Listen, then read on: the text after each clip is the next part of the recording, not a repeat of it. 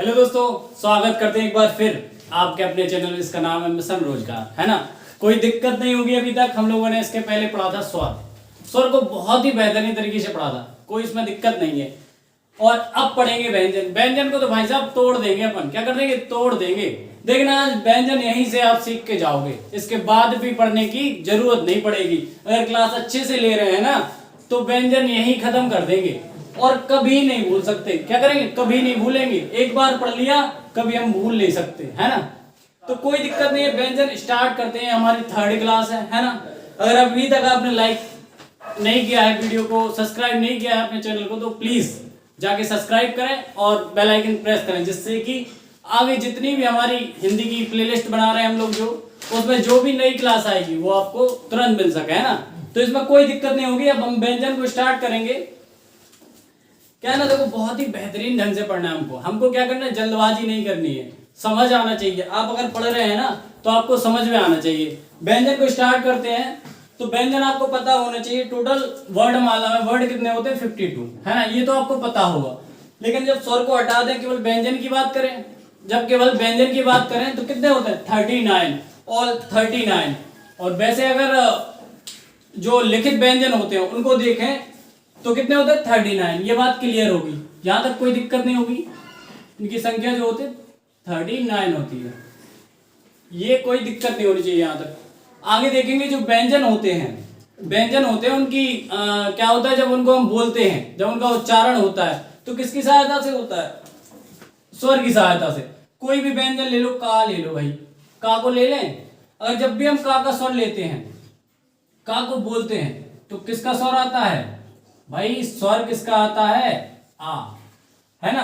आ का स्वर जो उसकी ध्वनि होती है, आ की ध्वनि या मात्रा किसमें? उसमें लुप्त होती है। किसके अंदर? का के अंदर। जो भी व्यंजन होते हैं उनके अंदर स्वर की मात्रा क्या होती है? लुप्त होती है। आप पॉइंट जो हमने पॉइंट बना रखे हैं वो आप नोट डाउन कर लें, कोई दिक्कत नहीं है। वैसे भी हम समझा रहे हैं उन पॉइंटों को। तो अगला देखेंगे अब सेकेंड, है ना। जिस व्यंजन के नीचे हलंत लगा हो, क्या हो? जिस व्यंजन के नीचे हलंत लगा हो, भाई जैसे जा है, इसके नीचे ये हलंत ऐसे लगता है ना, हलंत ऐसे लगता है। तो जिसके नीचे भी हलंत लगा हो उसको क्या पढ़ा जाता है? आधा वर्ड पढ़ा जाता है। क्या पढ़ा जाता है? आधा वर्ड पढ़ा जाता है। और वो क्या होता है? स्वर के बिना उसको पढ़ा जाता है। जब भी कोई आधा वर्ड होता है, हलंत लगा हो, तो वो क्या होता है? स्वर उसमें नहीं होता है। स्वर क्या होता है? उसमें स्वर नहीं होता है। कोई दिक्कत नहीं होगी। ये बात क्लियर हो गई होगी आपको, है ना। यहां तक कोई दिक्कत नहीं होगी, समझ गए होंगे। जब भी हलंत लगा हो तो उसका उच्चारण आधा होता है। हलंत लगा हो तो क्या होता है? उसका उच्चारण आधा होता है। और इनका उच्चारण बिना स्वर की सहायता से नहीं होता है ना। कोई दिक्कत नहीं।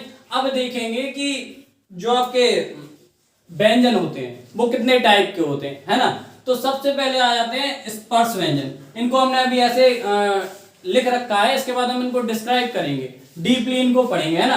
स्पर्श व्यंजन होते हैं जो का से लेकर मां तक होते हैं। कहां तक होते हैं? का से लेकर मां तक। ये क्या कहलाते हैं? स्पर्श व्यंजन, है ना। यहां तक कोई दिक्कत? इसके बाद द्विगुण व्यंजन। क्या आ जाते हैं? द्विगुण व्यंजन। द्विगुण व्यंजन डा ओड़ा, इसके नीचे बिंदी लगी होती है। इनका यूज बहुत कम होता है। इनको स्पर्श में रखा जाता है। जब हम सारणी बनाएंगे तो इनको स्पर्श में रखा जाता है ना। इसके बाद आता है आपका अंतस्थ व्यंजन। अंतस्थ व्यंजन कौन से होते हैं? याराला वा, याराला वा, ये आपके क्या होते हैं? अंतस्थ व्यंजन। यहां तक कोई दिक्कत नहीं होगी, आपको समझने में कोई भी दिक्कत नहीं आ रही होगी। आगे देखेंगे ऊष्म व्यंजन। ऊष्म व्यंजन कौन कौन से होते हैं? सा सा सा हा, सा सा सा हा, ये कौन से होते हैं? ऊष्म व्यंजन। इनको हम डिस्क्राइब करेंगे, डोंट वरी। अभी हम बस इनको बता रहे हैं ना कि कितने टाइप से इनको बांटा गया है। इनको हम डीपली पढ़ेंगे तो इनको जानेंगे कि क्यों इनको ऊष्म व्यंजन में रखा गया है, क्यों इनको अंतस्थ व्यंजन में रखा गया है, क्यों इनको स्पर्श व्यंजन में रखा गया है ना। अब आते हैं संयुक्त व्यंजन। संयुक्त तो भाई नाम से ही पता चल रहा है कि संयुक्त व्यंजन है। संयुक्त मतलब मिलके बन रहे हैं, है ना। जब ये दो वर्ड से मिलके बन रहे हैं संयुक्त व्यंजन, तो नाम ही से हमें क्या हो गया? पता चल गया। सबसे पहले देख लें, ये किससे बन रहा है? का प्लस शा, का प्लस शा। इसके बाद आता है आपका त्रा, त्रा, ये क्या बनता है ता, ता प्लस रा, है ना, ये मिलके बनते हैं, दो वर्णों से मिलके बनते हैं संयुक्त व्यंजन, है ना। यहां तक कोई दिक्कत नहीं, क्या आता है वो जा और अइया से मिलके बनता है ना, यहां तक कोई दिक्कत नहीं। ये आधा होता है, हलंत लगा होता है इसके आगे, है ना, जब भी इनको मिलाते हैं तो हलंत वाला व्यंजन होता है, उससे इनको बनाया जाता है ना, कोई दिक्कत नहीं। श्रा आता है इसके बाद, ये सा और रा से मिलकर बनता है, किससे बनता है सा और रा से मिलकर, कि मतलब कौन कौन से होते हैं, टाइप कितने होते हैं, हमने केवल टाइप जाना, यहां तक क्या जाना, टाइप जाना।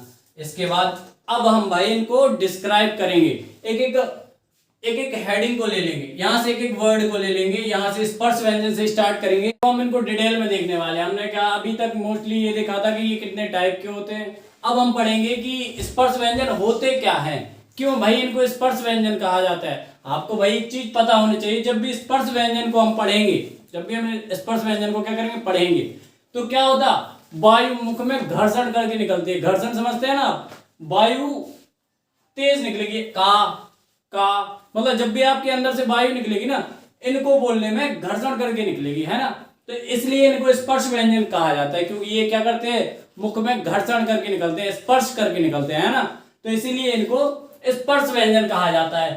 अब हम देखें, इनको वर्गों में बांटा गया है, किसमें बांटा गया है, वर्गों में, है ना। सबसे पहले आता है का वर्ग, क्या आता है, का वर्ग, का वर्ग आता है ना, तो का वर्ग में वही रखे जाते हैं, का, खा, गा, घा, ड़ा, का, खा, गा, घा, ड़ा, है ना, ये पांचों आते हैं। देखो इनको पांच पांच से बांट रखा है, हर वर्ग में 5 वर्ड रख दिए गए हैं, है ना, जैसे का, खा, गा, घा, ड़ा। एक और चीज देख लें इसके साथ, इसी के साथ हम इनका उच्चारण स्वर भी देखते जाएंगे, है ना, कि इनका उच्चारण किससे होता है, जो हमने बगल में लिख रखा है उच्चारण, इनका उच्चारण होता है ना, उच्चारण। तो जो आपके का वर्ग होता है उसका उच्चारण होता है कंठ से, है ना, कोई भी वर्ड बोलेंगे आप, का, खा, गा, घा, ड़ा, इनका उच्चारण किससे होता है, कंठ से, है ना, कंठ से, गले से, है ना, जो आपका कंठ होता है, कंठ समझते हैं ना, गला, तो इसका उच्चारण कंठ से होता है। इसके बाद आता है चा वर्ग, चा वर्ग, है ना, चा वर्ग में आता है चा, छा, जा, अइया, है ना, चा, छा, झा, अइया, क्या आता है, चा, छा, जा, झा, अइया, है ना। अब इसका उच्चारण स्वर देख लें, इसका उच्चारण स्वर हो जाए तालु, तालु, तालु मतलब आपकी जीभ, है ना, तालु, इसको तालव्य भी कहा जाता है, जो तालु से इसका उच्चारण होता है उसे तालव्य भी कहा जाता है, उसे तालु भी कहा जाता है, क्या कहा जाता है, तालु भी कहा जाता है। यहां तक कोई दिक्कत नहीं होनी चाहिए, क्योंकि हम इनका बिल्कुल से बेसिक से ले रहे हैं, कोई दिक्कत नहीं है, बहुत ही आराम से समझेंगे। अब आता है आपका टा वर्ग, है ना, टा वर्ग आता है, टा वर्ग में आता है टा, ठा, डा, टा, ठा, डा, अड़ा, है ना, टा, ठा, डा, अड़ा, अड़ा। अगर आप देख रहे होंगे एक चीज में रेड कलर में लिख रखा है, इसलिए हमने इसको अलग से लिख रखा है कि आपको पता चले, ये क्या होते हैं, द्विगुण व्यंजन, क्या होते हैं, द्विगुण व्यंजन, इनको इनके साथ लिखा जाता है, लेकिन इनका यूज बहुत कम होता है, इनका यूज बहुत कम होता है ना, इनको स्पर्श में पढ़ते नहीं है, स्पर्श में इनको नहीं पढ़ा जाता है, लेकिन ये क्या होते हैं, द्विगुण व्यंजन होते हैं, है ना, जो इनके साथ में लिखे जाते हैं, यहां तक कोई दिक्कत नहीं होगी। अब देखते हैं टा वर्ग का उच्चारण, जो टा वर्ग होता है उसका उच्चारण क्या होता है, बोलने में किसका यूज होता है, तो जब भी हम टा वर्ग के कोई भी वर्ड को बोलेंगे तो क्या होगा, मूर्धन्य का यूज होगा, किसका, मूर्धन्य का, है ना, इसको मूर्धा भी कहा जाता है, क्या कहा जाता है, मूर्धा, मूर्धन को क्या कहा जाता है, मूर्धा, मूर्धा, है ना। जब भी हम कोई भी वर्ड, जो टावर के कोई भी वर्ड है उनको बोलेंगे तो किसका यूज होगा, मूर्धन्य का, मूर्धा का, है ना। इसके बाद आता है तावर्ग, तावर्ग, तावर्ग में आ जाते हैं ता, था, धा, धा, ना, ता, था, दा, धा, ना, है ना। इनका उच्चारण क्या होता है, इनका उच्चारण होता है दंत। जब भी हम इस वर्ग के किसी भी वर्ण को बोलेंगे, है ना, जब भी इस वर्ग के किसी वर्ण को बोलेंगे तो किसका यूज होगा भाई, दंत का यूज होगा, दांतों का यूज होगा। आप बोल के देख लें, जब भी हम इनको बोलेंगे तो दंत का यूज होगा, है ना, कोई दिक्कत नहीं। अगला पा वर्ग देख लेते हैं, पा वर्ग, पा, फा, वा, वा, मा, कौन से वर्ग होते हैं इसके, पा, फा, बा, वा, मा, है ना। जब भी अब इनको हम बोलेंगे, जब भी इनका उच्चारण करेंगे तो भाई होंठों का यूज होगा। किसका यूज होगा? होंठों का। इसको क्या कहते हैं? ओष्ठ कहते हैं, ओष्ठ कहते हैं, है ना। यहां तक कोई दिक्कत नहीं होनी चाहिए, एक एक चीज क्लियर हो गई होगी, है ना। स्पर्श व्यंजन के बाद देखते हैं अंतस्थ व्यंजन, है ना। अंतस्थ व्यंजन देखेंगे। अब स्पर्श व्यंजन समझ गए होंगे। ये क्या होता है? जो वा वर्ग होता है, वा वर्ग के मध्य बोले जाते हैं, है ना। जो परंपरागत रूप से आप देखेंगे तो ये वा के पहले आने वाले वर्ड होते हैं, है ना। यार अलावा वा वर्ग के पहले आने वाले वर्ड होते हैं, है ना। वा वर्ड से पहले आएंगे ये, है ना।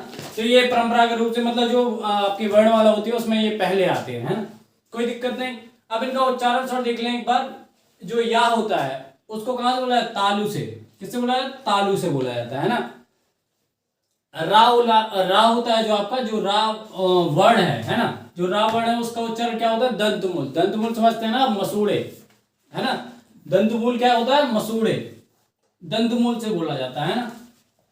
इसके बाद जो ला होता है वो भी आपका दंतमूल से बोला जाता है। ये ला और वा दोनों किससे बोले जाते हैं? दंतमूल, मतलब मसूड़ों से बोले जाते हैं ना। मसूड़ों का यूज होता है इसमें। इसके बाद आते हैं आपके वा। वा वा का होता है दंतोष्ठ। इसका दांत और होंठों, दांत और होंठों दोनों की मदद से इसको बोला जाता है ना। जब भी दंतोष्ठ को बोलेंगे तो दांत प्लस होंठ इनका यूज होगा। इसके बाद एक और चीज देख लें, अर्धस्वर कहा जाता है। अर्धस्वर भी होते हैं ना। तो वो कौन कौन से होते हैं? या और वा, इनको अर्धस्वर भी कहा जाता है। आपने अगर यण संधि पढ़ेंगे, जब आप यण संधि को पढ़ेंगे तो उसमें या और वा का यूज होता है ना। या और वा यण संधि में आते हैं, है ना। क्योंकि इनको क्या कहा जाता है? अर्धस्वर कहा जाता है। इसके बाद लुठर व्यंजन आ जाता है आपका, जो कि क्या होता है? रा। रा क्या होता है? लुठर व्यंजन, है ना। लुठर व्यंजन होता है रा। इसमें कोई दिक्कत, यहां तक कोई दिक्कत नहीं होनी चाहिए। इसके बाद ला आता है। ला पश्चक व्यंजन कहलाता है। क्या कहलाता है? पश्चक व्यंजन। पश्चक व्यंजन क्या कहलाता है? ला कहलाता है, ला, है ना। इसके बाद देखेंगे आपका अंतस्थ व्यंजन कंप्लीट हो गया होगा। इसके बाद आएगा ऊष्म व्यंजन, है ना। ऊष्म व्यंजन, जब भी हम ऊष्म व्यंजन का उच्चारण करेंगे तो क्या होगा? जो मुख है उससे गर्म वायु निकलेगी, है ना। मतलब गर्म वायु निकलेगी, गर्म हवा निकलेगी। शा शा शा हा, इन व्यंजनों का जब भी हम यूज करेंगे, जब भी हम इनको बोलेंगे तो हमारे मुंह से क्या होगा? गर्म वायु निकलेगी, है ना। इसलिए इसको क्या कहा जाता है? ऊष्म व्यंजन कहा जाता है ना। ये बात क्लियर। अब एक और चीज देख लें, इनका उच्चारण देख लें। जो सा होता है ना, सा होता है, उसका उच्चारण क्या होता है? तालु। तालु, तालु मतलब तालव्य, है ना। तालव्य, तालु। जो सा होता है उसका उच्चारण तालु होता है। और शा, इसका भी उच्चारण मूर्धन्य होता है। इसका उच्चारण क्या होता है? मूर्धन्य। जो शा होता है उसका उच्चारण होता है दंतमूल। दंतमूल तो आप समझते होंगे ना, मसूड़ों से। दंतमूल समझते हैं, मसूड़ों से। इसके बाद आता है हा। हा, इसका उच्चारण होता है कंठ से। जब भी आप हा को बोलेंगे तो कंठ का यूज होगा, है ना। इसमें कोई दिक्कत, यहां तक कोई दिक्कत नहीं होनी चाहिए। बहुत ही क्लियर और बहुत ही अच्छे तरीके से समझा दिया है इसको, है ना। इसके बाद आपने द्विगुण व्यंजन देखा होगा। स्पर्श व्यंजन में जो द्विगुण व्यंजन आते हैं उनका उच्चारण क्या होता है? तो उन दोनों का उच्चारण क्या होता है? मूर्धन्य होता है ना। क्या होता है? मूर्धन्य। जब द्विगुण व्यंजन को हम बोलेंगे तो इनका उच्चारण मूर्धन्य होता है ना। अभी तक हम लोगों ने टू टाइप से इसका विभाजन पढ़ लिया है ना। व्यंजन है जो, उनको टू टाइप से विभाज्य कर दिया है ना। कौन कौन सा? सबसे पहला हमने पढ़ा प्रश्न के आधार पे। किसके? प्रश्न के आधार पे, प्रश्न विधि के आधार पे, है ना। जिसमें हम लोगों ने जाना स्पर्श व्यंजन क्या है, अंतस्थ व्यंजन क्या है और ऊष्म व्यंजन क्या है, इन सभी के बारे में जाना है ना। फिर हमने एक और टाइप पढ़ा उच्चारण के आधार पे। उच्चारण के आधार पे, है ना। उच्चारण के आधार पे पढ़ लिया कि किनका क्या उच्चारण होता है, कौन सा उच्चारण स्थान होता है ना। यहां तक कोई दिक्कत नहीं है। अब देखेंगे हम जो सघोष अघोष होते हैं ना। जो सघोष अघोष होते हैं, अल्पप्राण महाप्राण होते हैं, ये बहुत ही ज्यादा क्या करते हैं? परेशान करते हैं। ये वर्ड क्या करते हैं? बहुत परेशान करते हैं। इनमें हमें बहुत दिक्कत होती है, लेकिन फिर भी हम बहुत आराम से और बहुत अच्छे तरीके से इनको आज समझ लेंगे, है ना। जो हमारी प्रॉब्लम है ना समझने को, हम बहुत ही आसानी से समझ जाएंगे यहाँ पे, क्योंकि हम बहुत ही अच्छे तरीके से इसको समझा रहे हैं। आपने देखा होगा स्पर्श व्यंजन होते हैं उनको 5-5 के वर्ग में बांटा गया है ना। फर्स्ट, सेकंड, थर्ड, फोर्थ, 5, ये रो है ये वाली रो है। सबसे पहले में इसको याद करना होगा, इसको जानना होगा कि ये रो हमें पूर्णता से याद हो, है ना। तभी हम इनको बहुत अच्छे से पढ़ पाएंगे। अब सबसे पहले हम बात करें तो उच्चारण के आधार पर क्या होता है, उच्चारण जब मुख से करें है ना तो क्या होती है, वायु की मात्रा अधिक निकले। जब उच्चारण की बात करें तो उच्चारण मुख से जब वायु निकलेगी उसके अनुसार हम इसको बांट सकते हैं। तो इसको हम दो टाइप से बांटा गया है।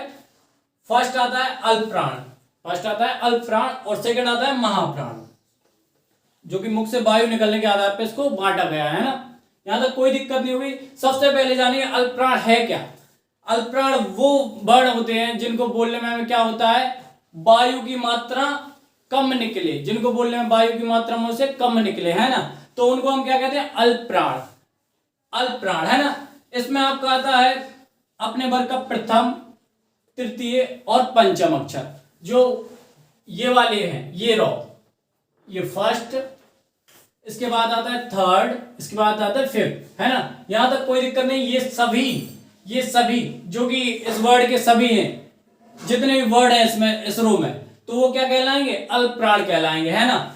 और प्लस इसके बाद जो आपके अंतस्थ व्यंजन होते हैं, अंतस्थ व्यंजन कौन कौन से होते हैं, या रा ला वा, या रा ला वा, ये भी आपके किस में आ जाते हैं, अल्प प्राण में आ जाते हैं ना। ये भी आपके अल्प प्राण में आ जाते हैं, यहां तक कोई दिक्कत नहीं होगी। इसके बाद जो डा आता है, जो द्विगुण व्यंजन का डा होता है, वो भी क्या होता है, अल्प प्राण होता है ना, वो भी अल्प प्राण होता है। इसके बाद पढ़ेंगे महाप्राण, महाप्राण जिसमें आपको पता ही लग रहा होगा, नाम से ही पता चल जाता है इन चीजों का कि इसमें क्या होने वाला है।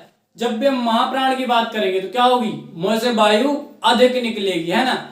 अल्प प्राण में क्या होता था, वायु कम निकलती थी, लेकिन जब भी हम अल्प प्राण की बात करें तो वायु कम निकलेगी, और जब भी महाप्राण की बात आ जाए तो क्या होगी, मुख से वायु अधिक निकलेगी है ना। तो इसमें देखेंगे जो अपने वर्ग का सेकंड और फोर्थ वर्ड होता है ना, जो सेकंड और फोर्थ वर्ड होते हैं, जो अपने का सेकंड और फोर्थ है ना, सेकंड और फोर्थ, वो सभी वर्ड किसमें आते हैं, आपके महाप्राण में। किसमें आते हैं, महाप्राण में।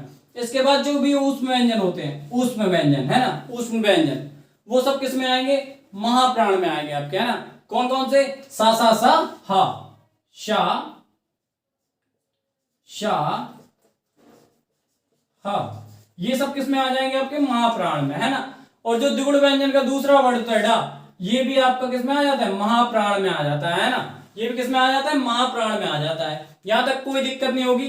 अब अगला टाइप देखेंगे हम इसका, किसका, व्यंजन का। व्यंजन का अगला टाइप देखेंगे, उच्चारण में घोष के आधार पर बांटा गया है। इसमें जब भी उच्चारण करेंगे तो जो अपना घोष होगा, मतलब जो भी कंपन होगा है ना, जो भी कंपन होगा, जो स्वतंत्र इंद्रियां होंगी वो कंपन करेंगी, उसके आधार पर इसको बांटा गया है ना। सबसे पहले देख लेंगे सघोष, सघोष है ना। सघोष, इसको घोष भी कहा जाता है। क्या कहा जाता है, घोष है ना, इसको घोष भी कहा जाता है। इसमें क्या होती है, जो आपकी इंद्रियां होंगी है ना, जो आपका स्वतंत्र इंद्रियां होती है ना, वो क्या करते हैं, कंपन करती हैं है ना, वो कंपन करते हैं। जब भी आप इन वर्णों को बोलेंगे ना तो स्वतंत्र इंद्रियां कंपन करेंगे है ना। इनमें घोष की अधिक मात्रा लगती है, मतलब जब भी हम इन वर्डों का यूज करेंगे तो इनमें घोष अधिक होता है। देख लेंगे, जैसे इसका वर्ड होता है सघोष, सघोष में आपका आ जाता है थर्ड, थर्ड के बाद फोर्थ और फाइव, ये सब आ जाते हैं आपके सघोष में। सघोष में आप देखेंगे गा, घा, ड़ा, इन सबको बोलने में क्या होता है, अधिक कंपन होता है ना, कंपन होता है।